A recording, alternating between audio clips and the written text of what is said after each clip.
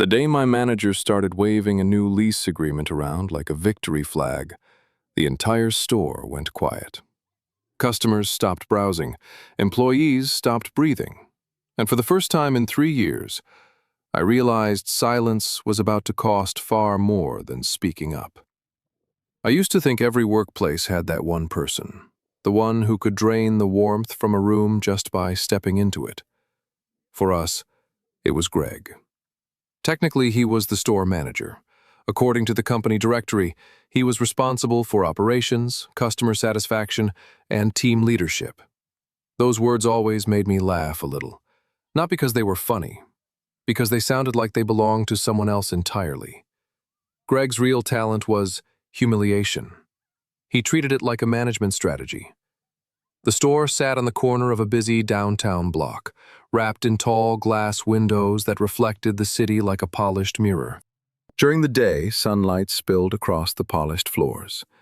At night, the lights inside turned the place into a glowing display box floating against the dark street. From the outside, it looked welcoming. Inside was a different story. The moment Greg arrived each morning, the atmosphere changed.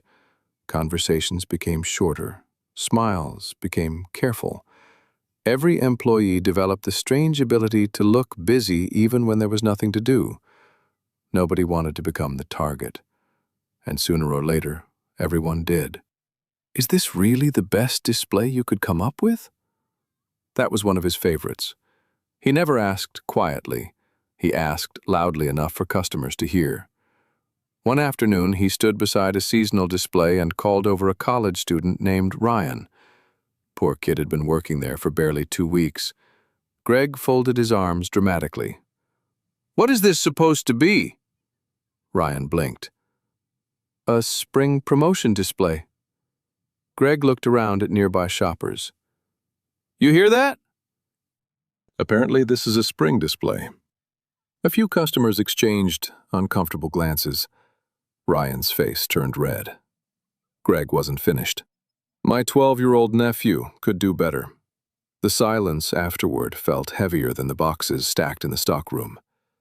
Ryan stared at the floor. Greg walked away, smiling. That smile stayed with me longer than the conversation. Because it wasn't frustration, it wasn't disappointment. It was enjoyment. And that was the part that bothered me. Most of us learn to survive by staying quiet. Arguing only made things worse. The few employees who challenged him never lasted long. Their schedules changed. Hours disappeared. Performance reviews suddenly became negative. Nothing obvious enough to report. Nothing direct enough to prove. Just enough pressure to make people leave on their own. So we adapted. We nodded. We apologized. We kept our heads down, including me, especially me. I had worked there longer than almost anyone else, 3 years.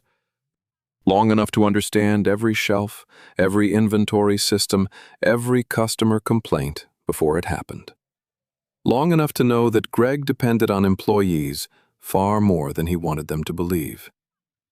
But I also understood something else. Knowing someone's weakness isn't the same thing as being able to use it. So I stayed silent, month after month, year after year. Then things started changing. At first, the signs were small. Contractors appeared outside the building.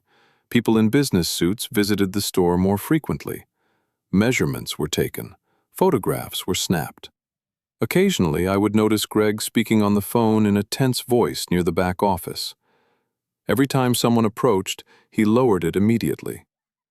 One afternoon, while I was organizing inventory, I passed the office and heard something unusual. Greg sounded nervous. Not irritated, not angry. Nervous. The difference was impossible to miss. "I understand," he said. A pause. "No, we're committed." Another pause. "I'll review the numbers." Then silence. When he noticed me walking past, he shut the door. That had never happened before. A strange feeling settled in my stomach, like hearing a distant crack of thunder on a sunny day. Nothing had happened yet, but something was coming. The following weeks only made the feeling stronger. Greg became more unpredictable, more impatient. His outbursts grew sharper. Even customers noticed. One regular customer actually asked me if management had changed. I almost laughed. If only. Then came the morning everything shifted. It was early. The store hadn't opened yet. The smell of fresh coffee drifted through the break room. Employees moved through their routines with sleepy expressions and half-finished conversations. Outside, rain tapped softly against the windows. Inside, the fluorescent lights hummed overhead. Greg walked in carrying a thick folder. Not a tablet, not paperwork. A folder. He looked unusually pleased.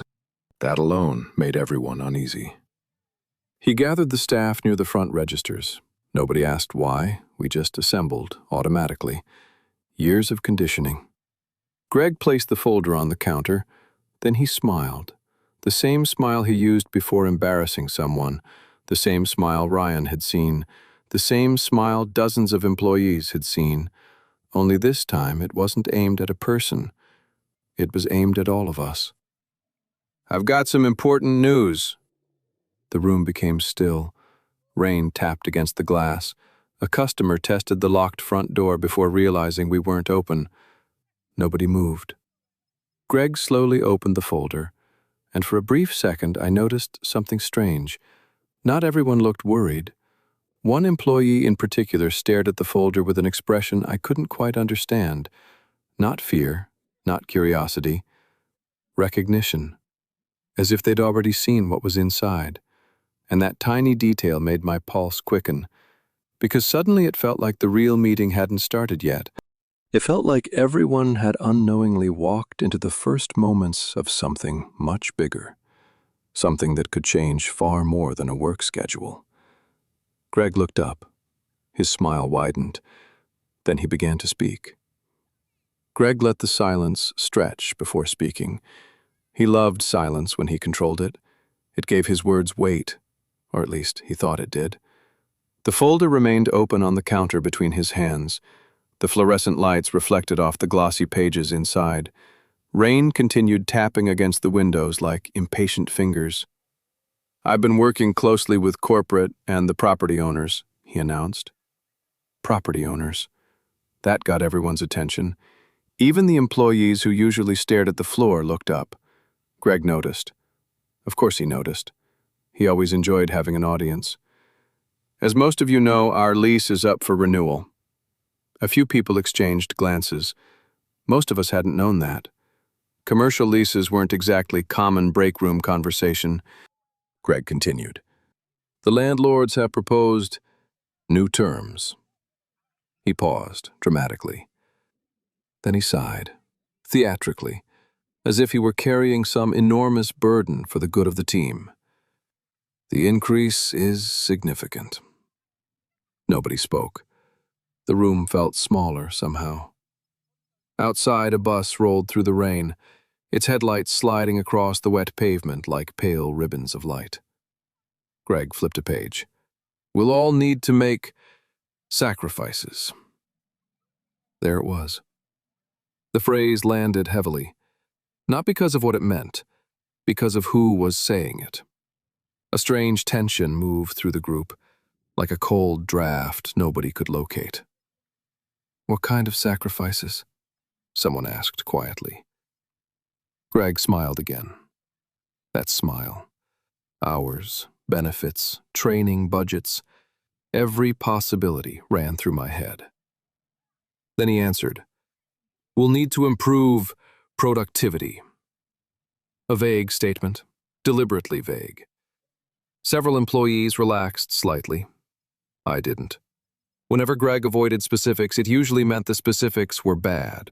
He began listing changes, new performance metrics, reduced staffing during slower periods, tighter scheduling controls, additional reporting requirements. Every item sounded harmless alone. Together, they painted a different picture. More work, fewer people, less flexibility. The familiar corporate equation, and Greg presented it as though he were delivering wisdom from a mountaintop. A few employees nodded reluctantly, others stared at the floor. Then I noticed something odd. That same employee from earlier, Maya. She worked inventory and receiving, quiet, observant, the kind of person who noticed things without advertising it. She wasn't listening to Greg, she was watching him. Specifically, the folder, and the expression on her face had changed. The recognition I'd noticed earlier was now mixed with something else. Disbelief. For a moment, our eyes met. She looked away immediately, but not before I caught the warning hidden there. A warning about what? I had no idea. And somehow that made it worse. Greg finally reached the end of his presentation. So, that's where we are. Nobody applauded. Nobody thanked him. A few people muttered polite acknowledgments. The meeting appeared finished. Then Maya raised her hand. The room froze. Not because raising a hand was unusual, because almost nobody ever challenged Greg publicly. His eyes narrowed. Yes? Maya spoke carefully. Can we see the lease proposal? A tiny shift, almost invisible. But I saw it. Greg's smile flickered, only for a second. Then it returned. It's management material. Maya didn't sit down. I've worked with lease documents before. Another silence. A heavier one. The kind that makes people suddenly interested in their shoes. Greg closed the folder halfway. That's not necessary. The answer came too quickly, too sharply. Something moved across Maya's face. Not surprise. Confirmation. As if she'd just verified a suspicion. That feeling in my stomach returned, stronger now. The distant thunder was getting closer. Maya slowly sat down. The meeting ended. Employees scattered. Conversations immediately began in whispers. Questions, speculation, concerns, the usual aftermath. But Maya headed directly toward the stockroom. I watched her disappear through the swinging doors. A few seconds later, curiosity got the better of me. I followed. The stockroom was cooler than the sales floor. The air smelled faintly of cardboard, packing tape, and machine oil from the pallet jack. Rows of shelves stretched beneath industrial lights. Maya stood near the receiving desk, waiting, almost like she'd expected me. You noticed too, she said. Not a question, a statement. I nodded. What am I noticing? For the first time all morning, she smiled. It wasn't a happy smile. It was the smile of someone who had just realized a puzzle was finally solvable. The numbers. What numbers? She looked around carefully before speaking. Greg's version doesn't make sense. I folded my arms. What version? The rent increase? Now she had my full attention. Maya lowered her voice. My brother works for a commercial property firm. The room suddenly felt very quiet. I asked him about this building. I stared at her. You did what? I got curious. Rain rattled softly against the loading dock door. Neither of us spoke for a moment. Then Maya said the sentence that changed everything. The increase Greg described doesn't match anything the owners are asking for.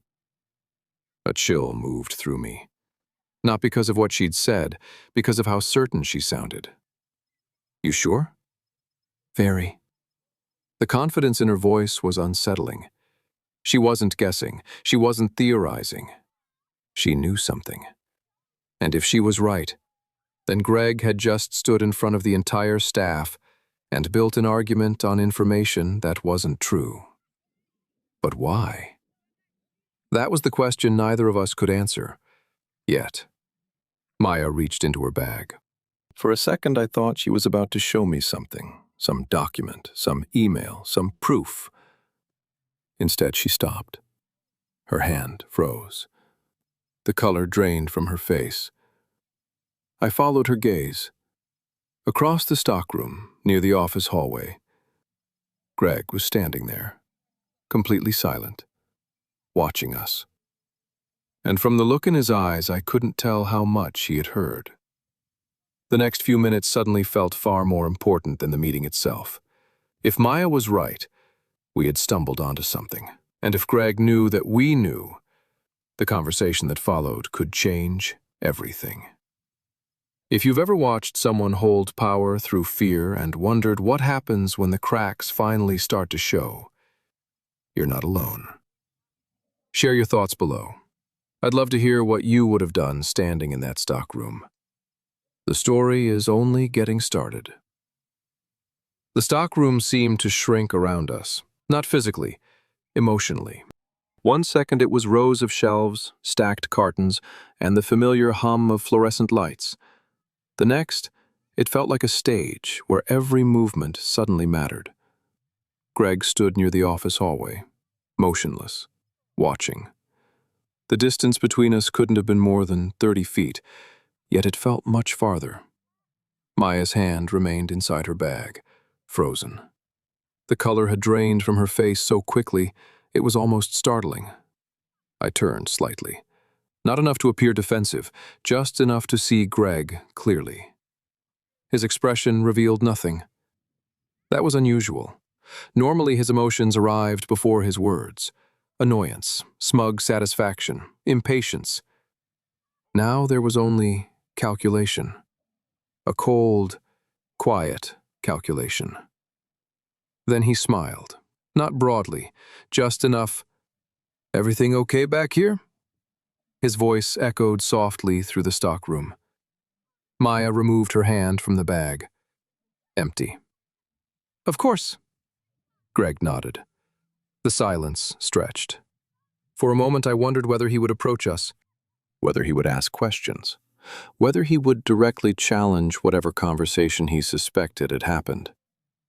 Instead, he adjusted his tie, then walked away. The office door opened, closed, gone.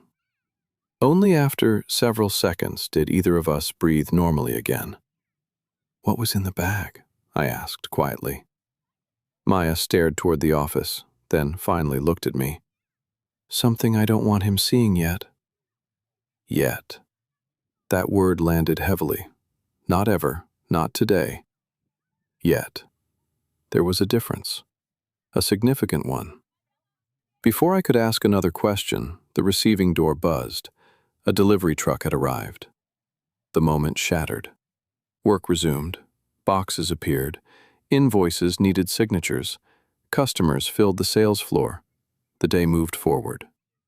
But underneath everything, something had changed. The air felt charged, like the atmosphere before a summer storm, invisible, unmistakable, and impossible to ignore. A few hours later, I found Maya again. The afternoon crowd had arrived. Sunlight pushed through thinning clouds, casting bright rectangles across the floor. The store looked beautiful. That was the strange thing. Important moments rarely happened in dramatic settings. They happened under ordinary lights, among ordinary sounds, while people bought ordinary things. Maya was checking inventory near the back aisle. I waited until nobody was nearby, then spoke quietly. "You still haven't told me what was in the bag." She looked around first. Another thing that caught my attention. People only check their surroundings when they believe someone might be listening. Finally, she answered, "Copies." "Copies of what?" Her jaw tightened. For a moment, I thought she might refuse. Then she sighed. "The lease summaries." I stared at her. "What lease summaries?" "The real ones." The noise of the store seemed to fade, not literally, just the way it does when your brain suddenly prioritizes one piece of information above everything else. I lowered my voice. "How did you get those?" She hesitated. Long enough for me to realize the answer probably involved someone trusting her, or someone making a mistake. Either way, she wasn't going to explain. Instead, she said something more important. They don't match what Greg presented. The words settled heavily between us. I had suspected that. Hearing it confirmed was different. Facts have weight. Rumors float. Facts sink. And these were beginning to sink very quickly. What doesn't match? Almost everything. That answer sent a chill down my spine. Almost everything. Not one number, not one interpretation. Everything. A customer entered the aisle. The conversation stopped instantly. We returned to work. The customer wandered away several minutes later. Only then did Maya continue. The rent increase exists. I nodded. Okay. But it's nowhere near what he claimed. My pulse quickened. How far off? She gave a humorless laugh. The kind of difference that changes the entire story. I stared at her. She stared back. Neither of us needed to say it. If Greg had exaggerated the situation, there had to be a reason. People don't create fear without purpose. Especially people who enjoy controlling rooms. Especially people like Greg. A loud voice suddenly cut across the store. Inventory update. Greg. Even from 50 feet away, he somehow sounded like he was standing beside you. Maya immediately returned to scanning products, conversation over, at least for now. But something about Greg's timing bothered me. Had he seen us talking again? Had he been watching? The question lingered long after the moment passed. And strange things kept happening. Little things, tiny things, the kind most people would dismiss. Twice that afternoon, I noticed Greg leaving the office carrying papers. Each time, the papers disappeared before he returned. 3 separate phone calls arrived for him. Every call seemed to worsen his mood. At one point, he actually snapped at a customer over a minor return policy question. That wasn't like him. Embarrassing employees? Absolutely. Customers? Almost never. The behavior felt desperate. And desperation was new. Late in the day, another detail emerged. One of the assistant managers, Carlos, accidentally left a spreadsheet open on a workstation near customer service. I wasn't snooping. I simply happened to walk past. The document displayed labor projections, budget forecasts, scheduling allocations, nothing unusual. Until I noticed the dates. They stretched months beyond the supposed crisis Greg had described. Months, maybe longer. If the store was truly facing the kind of emergency he'd outlined that morning, those projections shouldn't have looked so stable. The numbers didn't prove anything, but they raised another question. And questions were accumulating rapidly, like dark clouds gathering over a city skyline. One by one, they seemed harmless. Together, they promised a storm. That evening, after closing, most employees left quickly. Nobody lingered. The day had exhausted everyone. The parking lot shimmered beneath fresh rain. Street lights reflected in puddles like scattered gold coins. I was halfway to my car when I heard footsteps.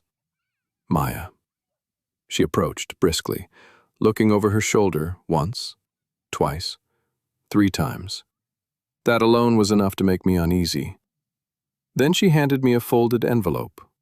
Nothing else, just the envelope. What is this? Don't open it here. Her voice was barely above a whisper. The seriousness in it immediately erased any temptation to joke. I looked down at the envelope. Plain, unmarked, ordinary, which somehow made it more unsettling. When I looked back up, Maya was already stepping away. Wait! She stopped. I lowered my voice. Why me? For the first time all day, uncertainty crossed her face. Not fear, not panic. Uncertainty. As if she had asked herself that same question. Then she gave an answer I wasn't expecting. Because you stayed. The words lingered. 3 simple words. Because you stayed. Before I could respond, she walked away into the rain, leaving me alone beneath the parking lot lights, holding an envelope that suddenly felt much heavier than paper should. And for reasons I couldn't fully explain, I knew one thing with absolute certainty. Whatever was inside it, Greg did not want anyone reading it. The envelope sat on the passenger seat the entire drive home. I glanced at it at every red light, every stop sign, every pause in traffic. It never moved, never changed. Yet somehow it seemed to dominate the car, a silent presence, a question waiting patiently for an answer. Outside, the city drifted past beneath damp evening light.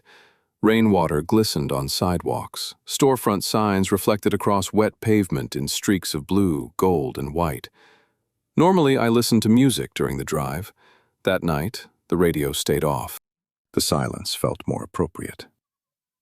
By the time I reached my apartment, curiosity had become something stronger. Not excitement. Tension. The kind that settles between your shoulders and refuses to leave. I locked the door behind me, dropped my keys onto the kitchen counter, and stared at the envelope. For several seconds, I simply stood there, listening. The hum of the refrigerator, the distant sound of traffic beyond the windows, a neighbor's television somewhere down the hall. Ordinary sounds, an ordinary evening. Except it wasn't. Finally, I opened it. Inside were several photocopied pages, commercial lease summaries, property correspondence, financial notes. Nothing dramatic at first glance, no shocking headline, no giant red circle exposing a scandal, just paperwork. The most dangerous information often looks boring. I sat at the kitchen table and started reading. 5 minutes later, I stopped, then started again from the beginning, because I was convinced I had misunderstood something. The numbers didn't align, not even remotely. The rent increase was there, Maya hadn't lied. But it was significantly lower than what Greg had described during the staff meeting. Not slightly lower, not open to interpretation. Different. Clearly different. I continued reading. The deeper I went, the stranger things became. There were references to improvement incentives, renovation credits, temporary adjustments designed to help long-term tenants. The property owners appeared eager to keep the business, not squeeze it, not punish it. Keep it. That detail echoed in my head, because it completely contradicted the atmosphere Greg had created. His version had sounded like an approaching disaster. These documents painted a very different picture. And then I found something else. A handwritten note, short, simple, attached to one of the copied pages. The writing wasn't Maya's, at least I didn't think it was. One sentence had been underlined twice. Projected savings exceed lease increase. I stared at it, read it again, then a third time. Projected savings exceed lease increase. If that statement was accurate, then the foundation of Greg's entire presentation collapsed, not weakened, collapsed. I leaned back slowly. The kitchen suddenly felt colder. Outside, wind rattled against the building. A storm was moving through. The timing felt strangely appropriate. My phone buzzed. The sound startled me. I looked down. A text message. Maya. Only 4 words. Did you read it? I responded immediately. Yes. 3 dots appeared. Disappeared. Returned. Then another message arrived. Now you understand. I stared at the screen. Understand what? I typed the question. Her reply came almost instantly. Not everything. Just enough. Before I could continue, another message appeared. Different sender, unknown number. My stomach tightened. The text contained no greeting, no explanation, only a single sentence. Be careful who you trust. I froze. For several seconds, I simply stared. The message remained there, cold, simple, unsettling. I checked the number. Nothing familiar. No contact name, no clue. I looked back at Maya's conversation, then the unknown message, then back again. A coincidence? Maybe. But it didn't feel like one. The apartment suddenly seemed much quieter. The storm outside grew louder. Rain tapped against the windows. Wind pushed softly against the glass. And somewhere deep inside, instinct began pulling at me. That old human alarm system that notices danger before logic catches up. I messaged Maya. "Did you send this?" I attached a screenshot. Several minutes passed. No response. Then, finally, "No." The answer arrived alone. No explanation, no follow-up. Just no. A chill crawled up my spine. Because I believed her. The next morning arrived gray and heavy. Low clouds covered the city. The sunlight never fully appeared. By the time I reached the store, several employees were already gathered near the entrance. Something felt off immediately. People were whispering, checking phones, looking toward the manager's office. The tension was impossible to miss. I stepped inside. Ryan, the same employee Greg had humiliated months earlier, approached me.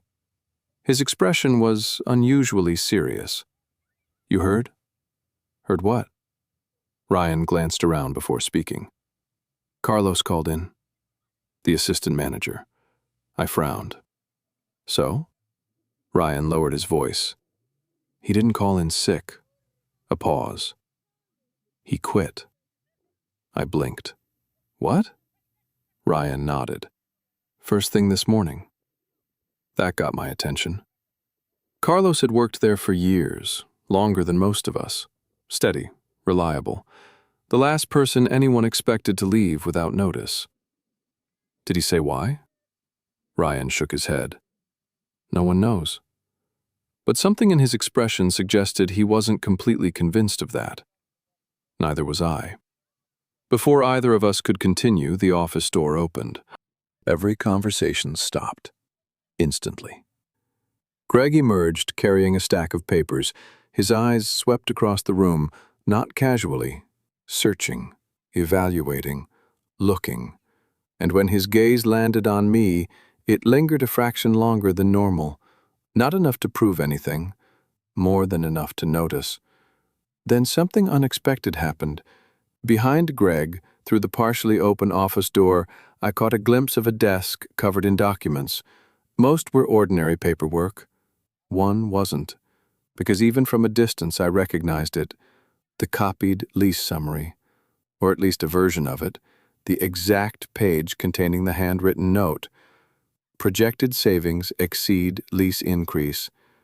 My pulse kicked hard. The door closed. The document disappeared, but the image remained burned into my memory. And suddenly a new question emerged, one far more dangerous than the others. If copies of those documents were inside Greg's office, then who had access to them before Maya ever handed me the envelope? Next, Chapter 6. The question followed me all day. Who had access? Not who should have had access, who actually did. There was a difference, a very important one. The store moved through its usual rhythm. Customers wandered the aisles. Shopping baskets rattled softly against display corners. Receipt printers chirped. The smell of fresh coffee drifted from the cafe next door whenever the entrance doors opened.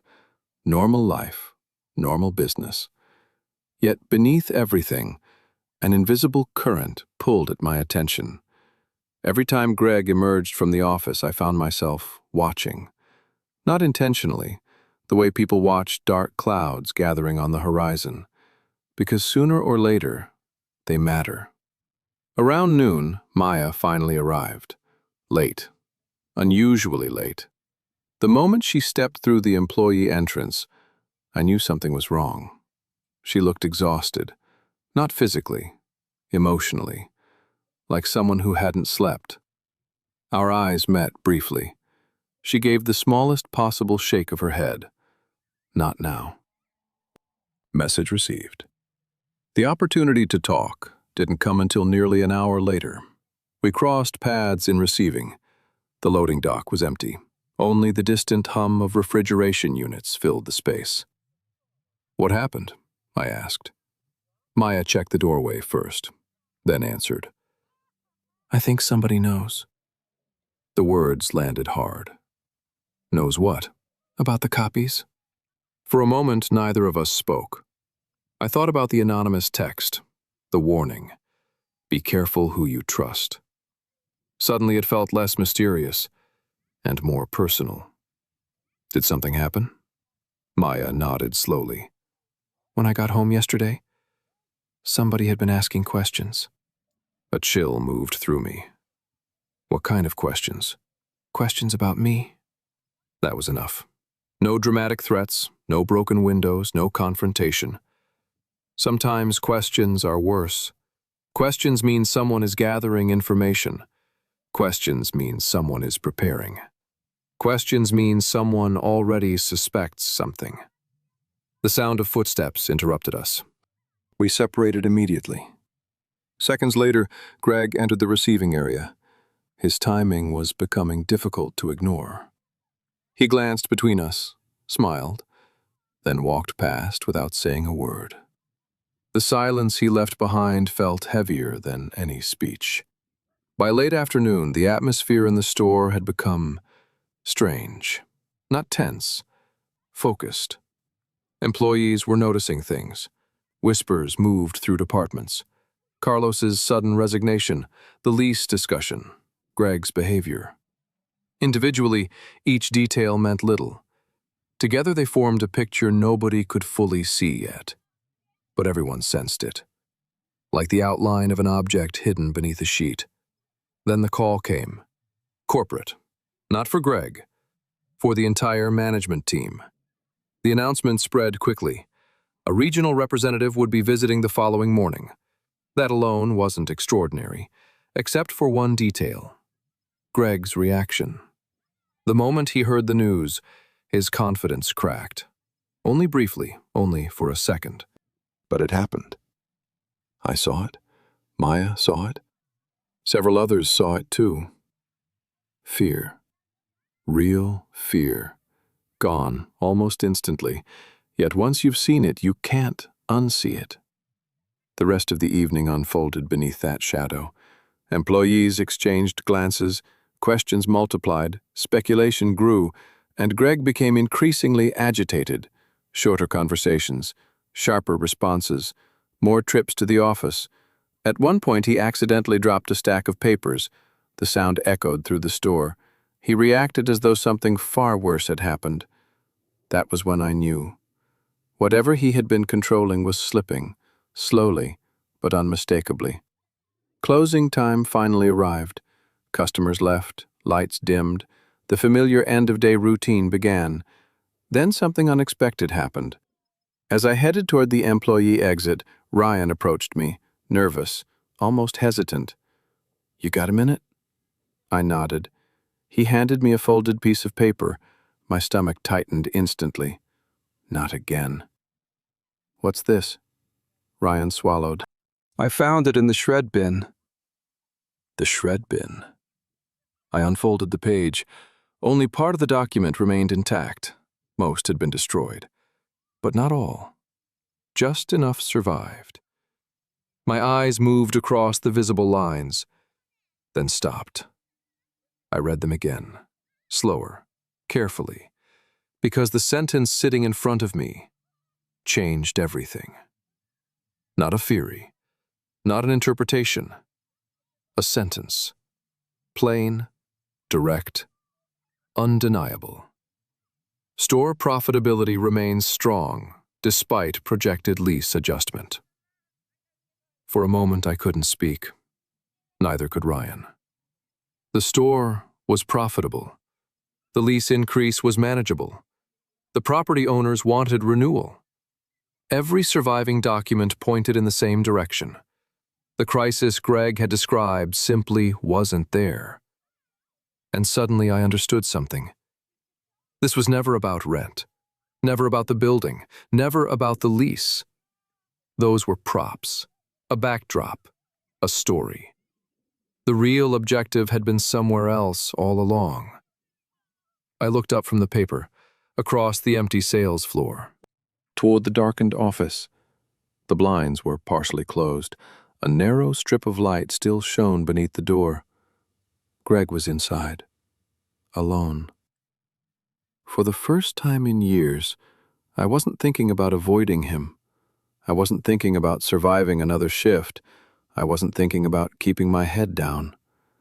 I was thinking about a conversation that now felt inevitable, because silence had protected my job, but the truth was beginning to protect something bigger, and somewhere behind that office door, Greg probably believed he still controlled the story. The next morning would reveal whether he was right, or whether, for the first time, someone else would be doing the talking.